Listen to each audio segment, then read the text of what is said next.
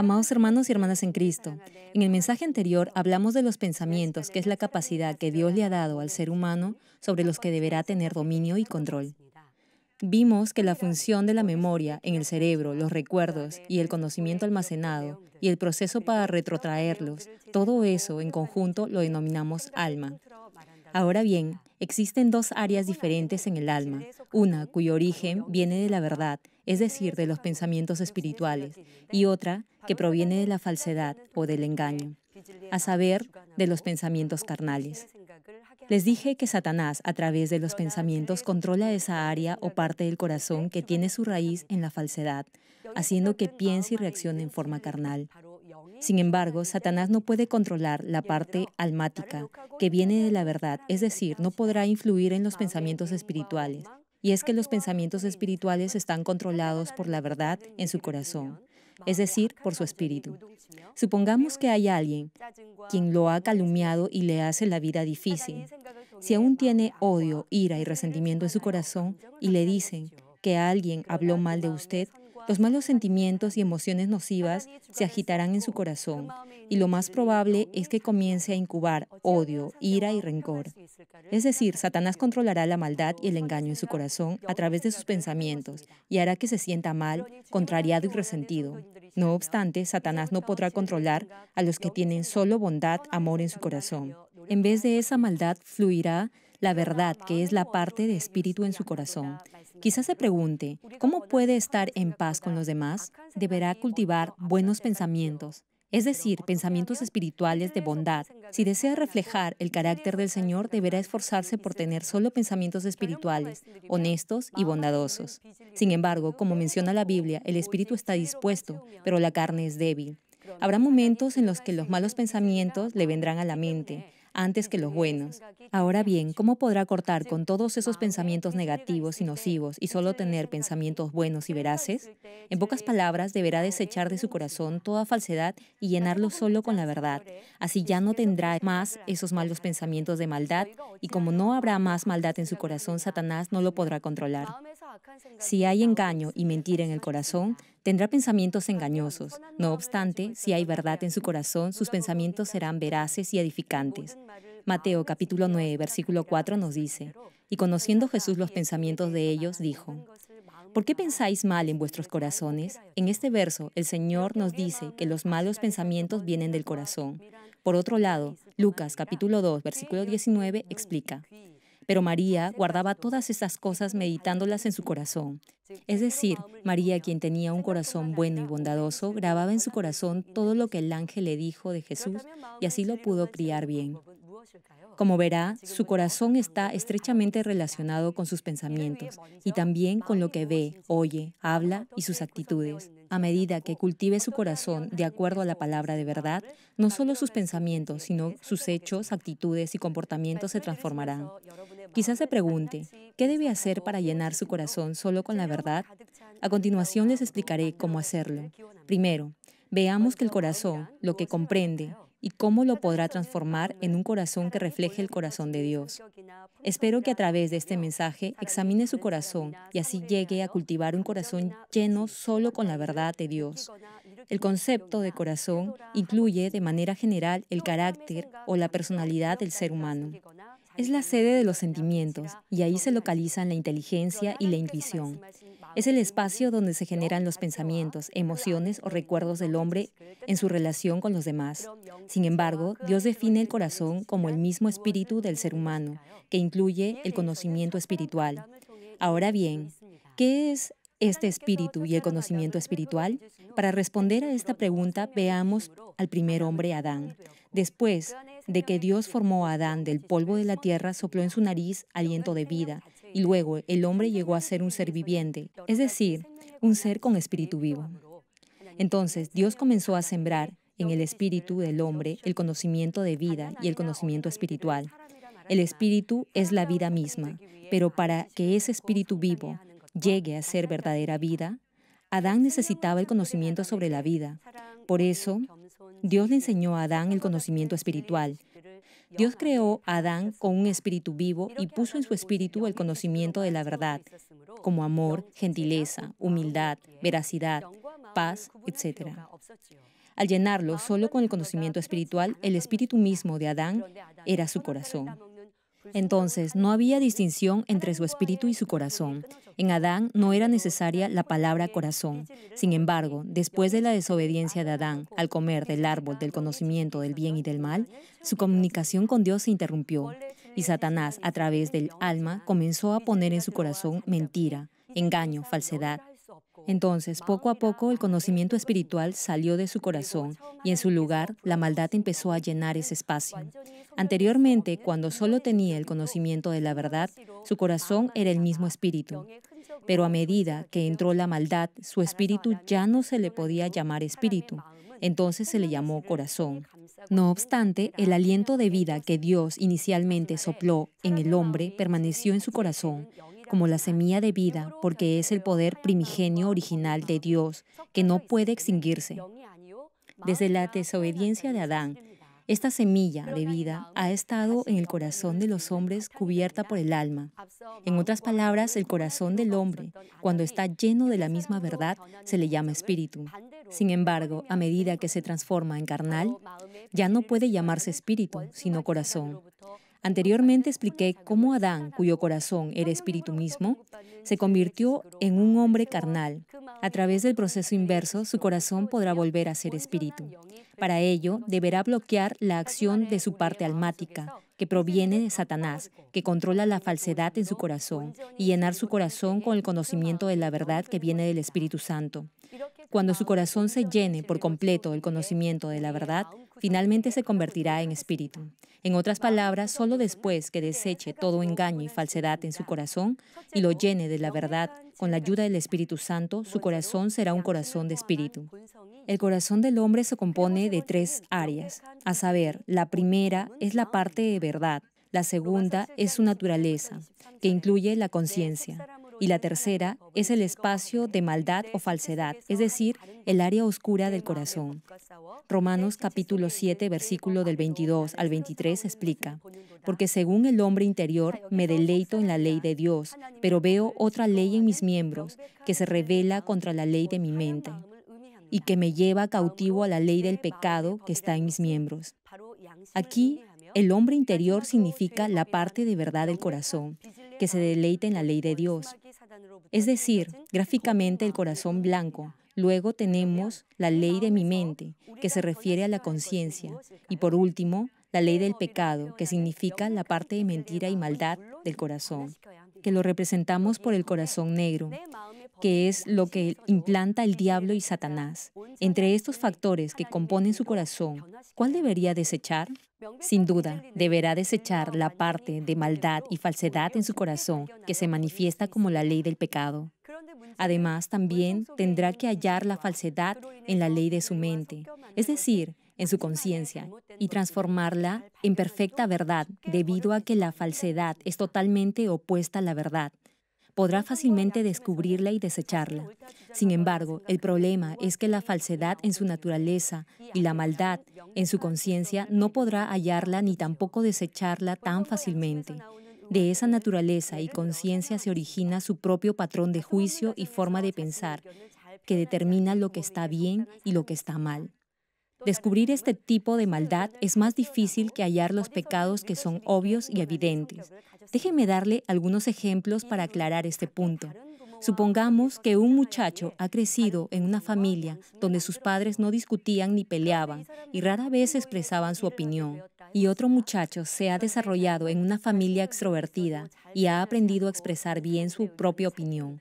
Debido a que cada uno ha sido criado por diferentes padres y en un entorno diferente, han formado una naturaleza y conciencia diferentes. Ahora bien, en un momento dado, estos dos jóvenes deben trabajar juntos, en un mismo grupo. El primero no expresará su opinión, incluso si tiene que hacerlo. Preferirá escuchar la opinión de los demás. El otro, en forma natural, dará su opinión primero y liderará a los otros integrantes del grupo. Si la palabra de verdad no los cambia y sus opiniones chocan entre sí, es posible que no puedan entender el carácter del otro y se sientan incómodos el uno con el otro. De esta manera, la propia naturaleza y conciencia de uno lo hará juzgar al otro, de acuerdo a su propio concepto de justicia y a través de su parte almática, lo incentivará a tener malos sentimientos hacia el otro. Por lo general, no es fácil descubrir la maldad en su naturaleza y conciencia. Solo escuchando la palabra de verdad, únicamente a través de las pruebas y dificultades, se humillará y se percatará de esa maldad, y con la ayuda del Espíritu Santo podrá desecharla. A veces vemos que alguien que aparentemente tiene un buen nivel de fe y un buen corazón enfrenta pruebas. Esas pruebas son para revelar la maldad y falsedad ocultas en su naturaleza. Por ejemplo, antes de pasar por pruebas, Job no podía hallar la maldad por sí mismo. Sin embargo, al acrecentarse el dolor, comenzó a quejarse contra Dios e incluso ignoró las exhortaciones de sus amigos. Aunque era justo en sus hechos, tenía esa maldad oculta en lo profundo de su naturaleza. Lo mismo fue con David. David tenía un corazón tan bueno y puro que Dios mismo lo calificó como un hombre conforme a su corazón. A pesar de su gran amor por Dios y por su pueblo, en un determinado momento la maldad que tenía en su naturaleza se reveló. Tomó la esposa de su fiel siervo Urías. Cuando ya no tuvo salida por el pecado de adulterio cometido, se reveló la maldad en su naturaleza y cometió un grave pecado. Mandó asesinar a Urías. Después de darse cuenta de su pecado, David se arrepintió completamente de su maldad. Incluso mientras enfrentaba dificultades producto de su pecado, asumió esas pruebas con humildad. A través de esos padecimientos, tanto Job como David cultivaron un corazón más perfecto. Además, después de despojarse incluso de esa naturaleza pecaminosa, fueron bendecidos espiritual y materialmente de forma incomparable. Hermano, si desea cultivar un corazón espiritual sin ninguna maldad, deberá ser veraz e íntegro, a la luz de la palabra de Dios, sin maldad en su naturaleza ni en su conciencia. Una vez que alcance el corazón de verdad, es decir, un corazón del Espíritu, transmitirá vida, tal como dice Proverbios capítulo 4, versículo 23. Sobre toda cosa guardada, guarda tu corazón, porque de él mana la vida. Debido a que solo hay verdad en su corazón, todos sus pensamientos y hechos serán honestos, bondadosos, sinceros y afectuosos. Así podrá emanar el aroma de Cristo y transmitirá gozo, alegría y felicidad a todo aquel que conozca. Además, a medida que su corazón se cultive con la misma verdad, todo lo que desee en su corazón y lo que pida a Dios lo honrará. Entonces Dios le concederá los deseos de su corazón. Por el contrario, si tiene maldad en su corazón, no podrá guardarlo. Al escuchar la palabra de Dios que le dice que siempre debe estar gozoso, se determinará a alegrarse y a ser agradecido. No obstante, si enfrenta una contrariedad, nuevamente se enojará y se irritará. Aunque se decida a orar todos los días en obediencia a la palabra que le pide orar sin cesar, no logrará mantener firme su corazón y pensará carnalmente. Se dirá que por estar muy agotado, mejor empezará a orar mañana. En la Biblia hallamos un ejemplo en el que una pareja de esposos no pudo mantener su corazón debido a la mentira y la codicia. Por eso cayeron bajo maldición de Dios. Se trata de Ananías y su esposa Zafira. Los miembros de la iglesia primitiva compartían todo lo que tenían. Vendían sus propiedades y daban el importe como ofrenda a Dios. Al ver esto, Ananías y Zafira también decidieron ofrendar a Dios su heredad. Al ser llenos del Espíritu Santo, decidieron vender su propiedad y darle el importe total de la venta a Dios. Pero cuando obtuvieron el dinero, se obsesionaron con la codicia, su corazón cambió y trataron de engañar al Espíritu Santo, mintiéndole al siervo de Dios. Los que son carnales tienen esa naturaleza y tendencia a mentir, por lo que no podrán guardar su corazón. Perderán su vida, mientras que los que protegen su corazón nacerán a una nueva vida. No obstante, eso no quiere decir que si no guarda su corazón morirá de inmediato como Ananías y Zafira. Este caso es un ejemplo que nos muestra lo grave del pecado, que es tratar de engañar a Dios, mintiéndole al siervo de Dios. Durante el cultivo humano, Dios espera y tolera con paciencia. Sin embargo, aunque no muera de inmediato, si no guarda su corazón en la verdad, sino que lo llena de maldad y pecado, perderá la vida. Entonces, ¿qué debe hacer para guardar su corazón? Deberá llenarlo de la verdad. Para hacer esto, primero tendrá que erradicar toda forma de engaño y falsedad de su corazón y cultivar ese campo espiritual hasta convertirlo en buena tierra.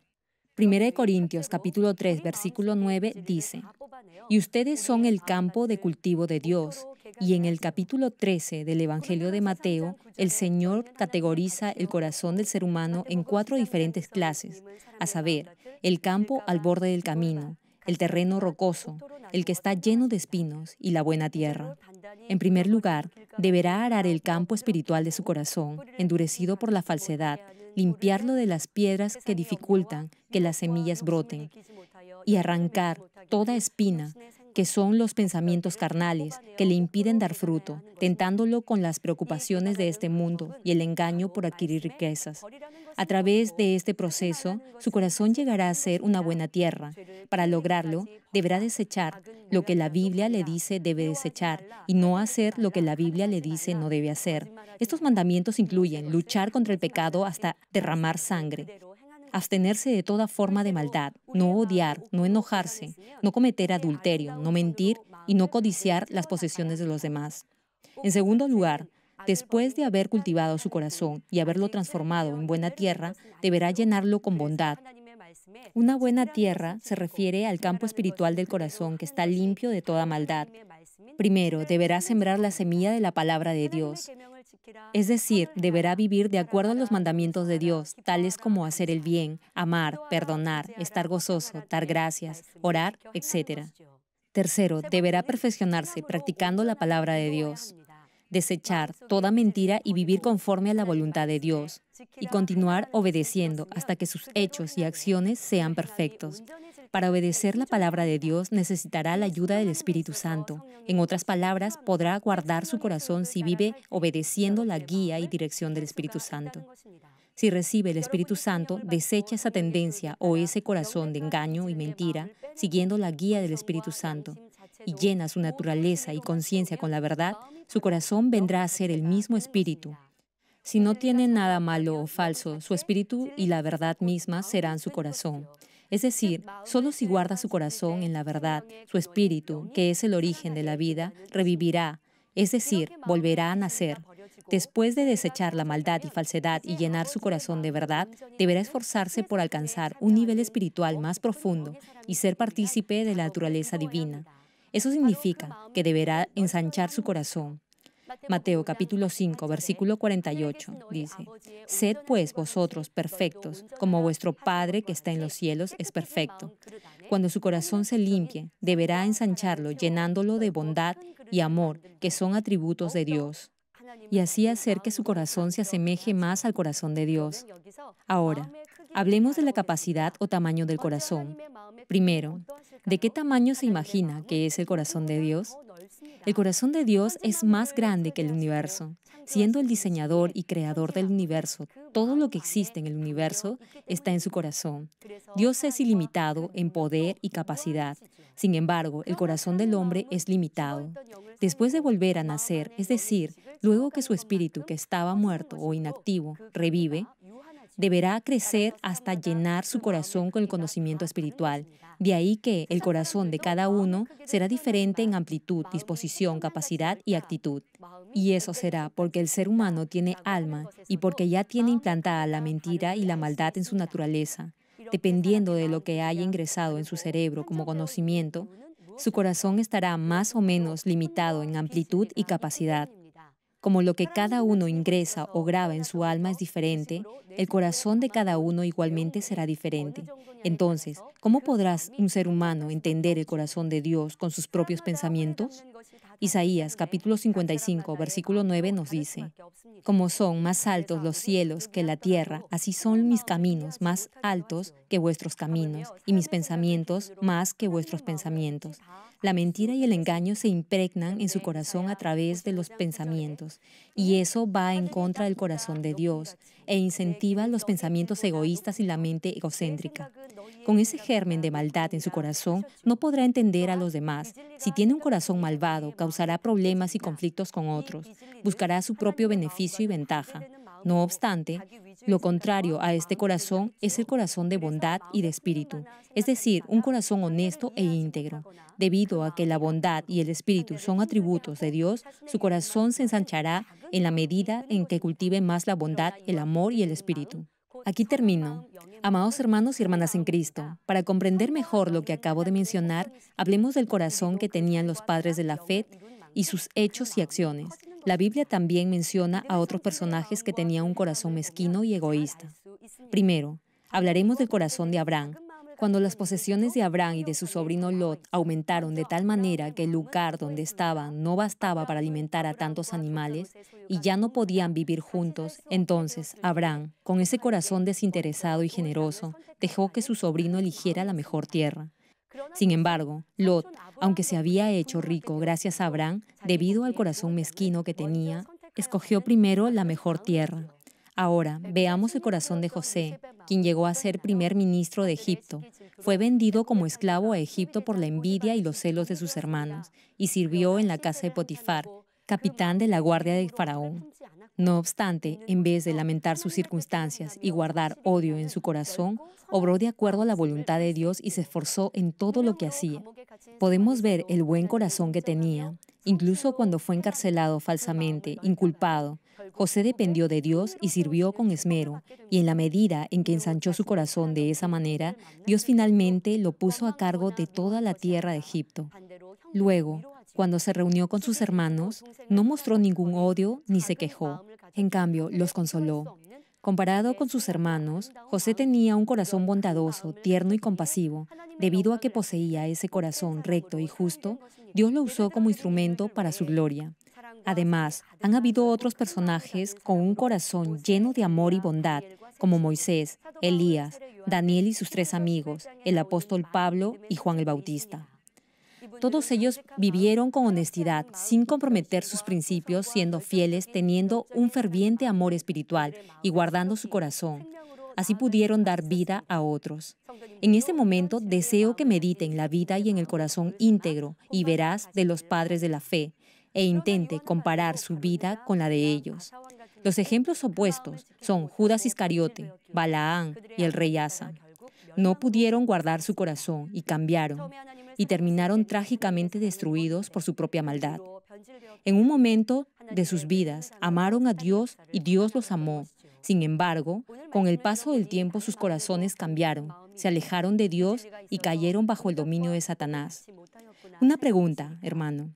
Al escuchar este mensaje, ¿acaso ha pensado que Dios no responderá a sus oraciones ni lo bendecirá porque aún tiene un corazón cambiante? Le digo algo, incluso si es así, todavía no es demasiado tarde. A medida que descubra la maldad que aún hay en su corazón y ore intensamente a fin de percatarse de la falsedad que hay en su naturaleza y en su conciencia, y se despoje de todo eso, un día ya no tendrá maldad. Tal vez ahora pueda controlar y reprimir la maldad en su corazón por un momento, pero con la ayuda del Espíritu Santo ya no tendrá maldad nunca más. Oro en el nombre del Señor Jesucristo para que grabe este mensaje en su corazón y así, por la gracia de Dios y la ayuda del Espíritu Santo, llegue a cultivar un corazón perfecto.